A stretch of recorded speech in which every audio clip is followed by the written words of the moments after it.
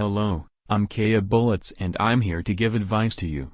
Before I begin, I would like you to like this video and subscribe to my channel. Today's advice I give to you is to not drop things that will make a loud noise. I am obviously saying to not do this on purpose. Accidents are accidents, but you must stop them too, as an onlooker might not always be able to tell. There is also the additional consequence that the onlooker might be frightened by the noise, or is easily startled. If it's bad enough, this person could even have a heart attack, as a result of the sudden noise. To keep the object from becoming too noisy, improve your strength, so that you won't drop it as easily, and if it will drop, make sure it's as close to the ground as possible, as it would lead to a quieter noise being made, which would make any potential noise problem less bad, if it still exists.